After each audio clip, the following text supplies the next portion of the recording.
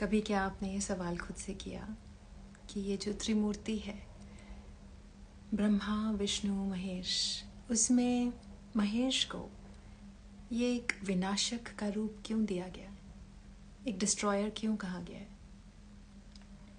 He is actually not a destroyer. As I shared in the post, he is not a destroyer. He is actually helping you to create something after letting go of something that is not serving you.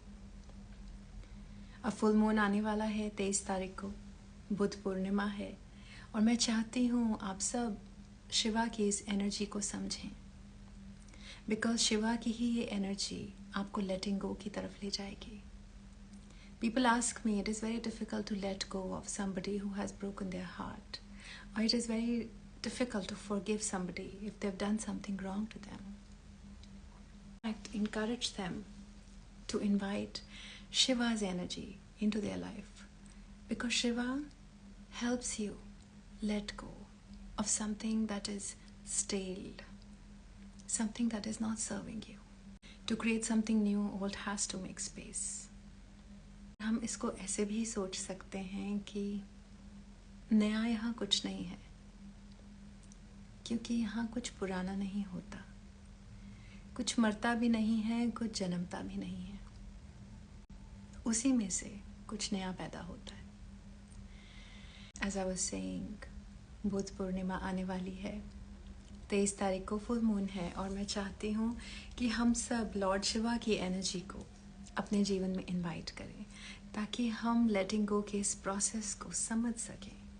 Letting go should not be painful. Letting go should be an invitation. Letting go should not be something that you have to kill, something that you have to destroy. This is not what Shiva is saying. Shiva is just asking that understand that everything here is mortal. Everything here is bounded by a timeline. सब कुछ यहाँ काल के साथ बंधा है, सब कुछ यहाँ समय के घेरे में फंसा है.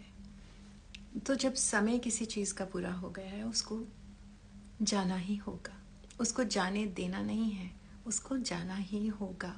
उस रुखसती को खूबसूरत बनाइए, उस लेटिंग गो को प्यारा बनाइए, उस जाने को अफसोस ना बनाइए, उल्टा उसको एक इनविटेशन बनाइए.